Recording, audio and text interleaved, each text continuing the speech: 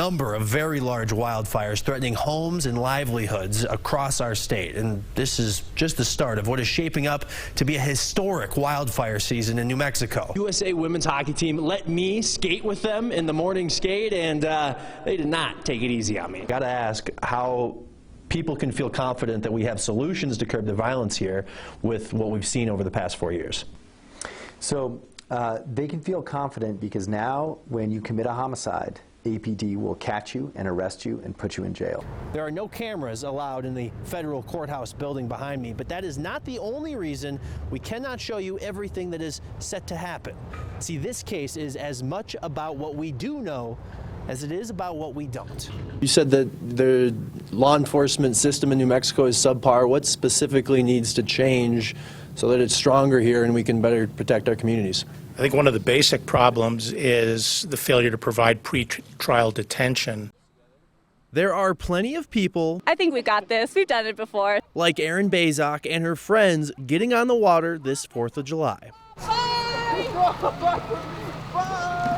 But the Rio Grande can be dangerous.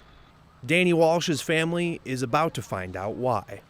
Danny Walsh is floating on the far right. His wife and kids have no paddles and no life jackets, and the river is pushing them straight toward a downed tree. His family floats on, but Walsh is now in trouble. We were here interviewing Corrales Fire Department. That's Chief Martinez on that tree right there. We witnessed some floaters on tubes go straight into that. He became knocked off his tube, and now he's struggling against the current. This is a very dangerous situation, and they've just called in the Swiftwater Rescue Team. You can see Chief Martinez putting himself at risk to try and get to Walsh. He's instructing him to try and wrap his legs around the tree to keep him from getting pulled under. Walsh loses his hat as he starts to lose his strength as well. Things go from bad to worse as Chief Martinez loses sight of Walsh. Now Walsh reemerges. Chief Martinez tries to find him. Sir! Yeah. Struggling for breath, Walsh yells out. I'm gonna throw you another rope! I got this one right now! Okay! Another rope, got it! Walsh grabs the rope and Martinez pulls him to safety. Exhausted and out of breath, Martinez asks, Did everyone else make it through? Hope so. By now, Corrales Fire has called for backup. Martinez, while still holding the lifeline for Walsh, is already thinking about the 4 others that have floated by.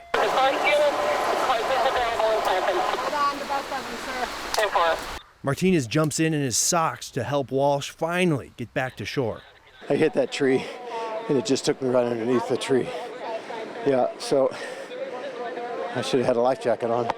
His family, who heard the sirens, were able to get to shore and ran back. Were you stuck? Oh, yeah. In the tree? Yeah. For just now? Yeah. I almost did. Okay, Tommy, I couldn't make it. Chief Martinez says he was just doing what he was trained to do, but Walsh thanked him anyway. He could have lost his life today. Because Corrales Fire Department was ready and waiting, everyone is going home this 4th of July.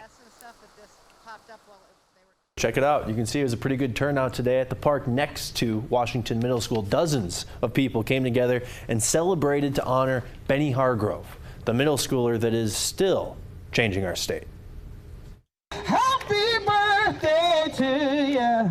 Happy birthday.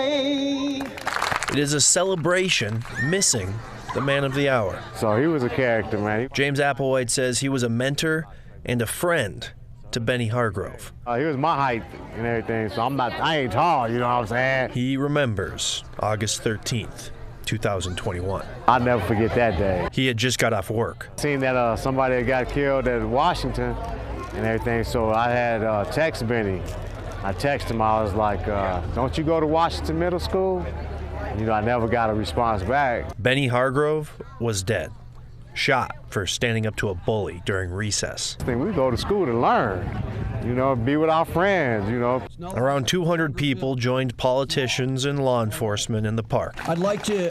They celebrated the gun control law passed in his name, unveiled a bench in his honor, and on May 18th, Benny would have turned 15 years old. For his birthday, the park next to his school is now named in his honor. He'll always be remembered, never be forgotten.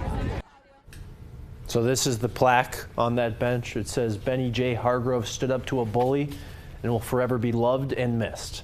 The state law passed in his name will hold adults accountable if their kids use their gun in a crime. That law is going to go into effect this summer. This is the compound where Taos County sheriffs say they rescued 11 kids from terrible conditions. We had no idea what we were walking into when we started covering the case 5 years ago. I don't know if that's human feces. The rightful owners of this 10-acre plot in Amalia walked us around the half-buried trailer, shooting range, and the escape tunnel in this compound. 3-year-old Abdul Ghani Wahaj was still missing, taken from his mother in Georgia. Unknown to us at this time, his body was still inside the tunnel while we were there. It took law enforcement another week to find him, covered in maggots and wrapped in a tarp. How has your lives changed in this last week? How do you live with knowing that a child died on your property? One that you saw.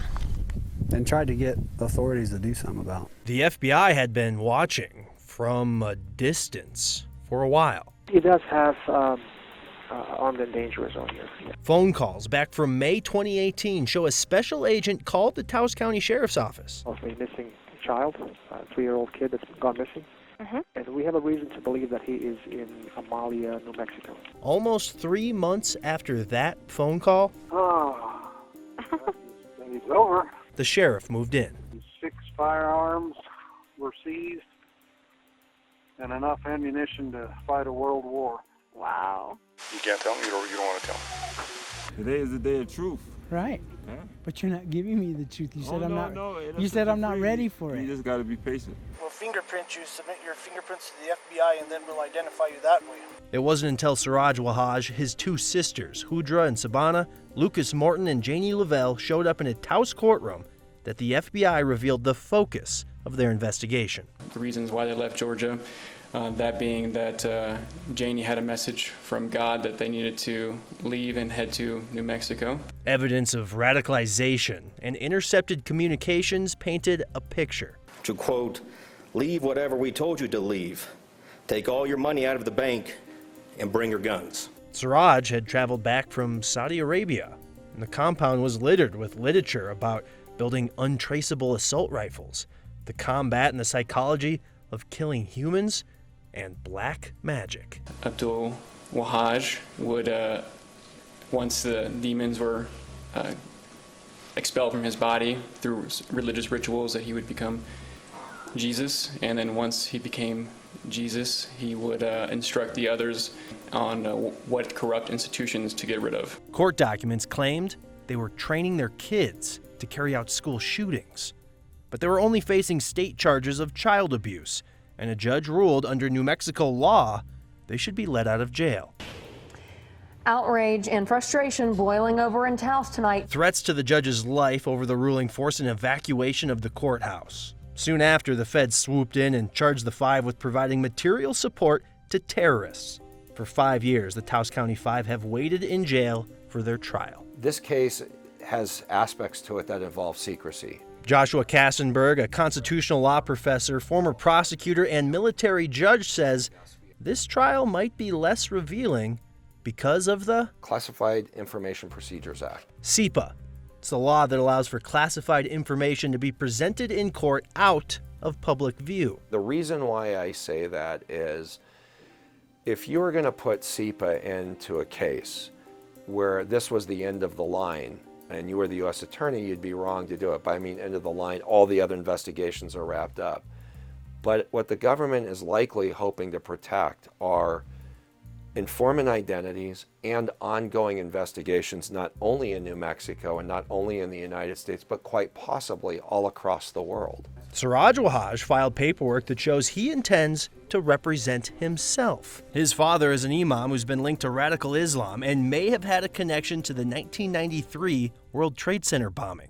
Kassenberg says representing himself could indicate he doesn't trust the government, he might try to intimidate child witnesses, or there's a possibility that he wants access to the government's classified information because under CIPA you can arrange so only the attorneys who have clearance get access.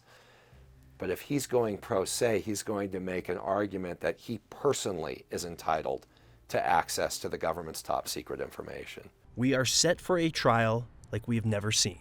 Oftentimes the public will cheer or feel good about a conviction of a terrorist or of a spy, and that's understandable because it's the bad guy. He says watching the process is as important as watching the outcome. You can have a measure of what I'd say cautious confidence that this trial will be fair. Ryan Laughlin, KOB4.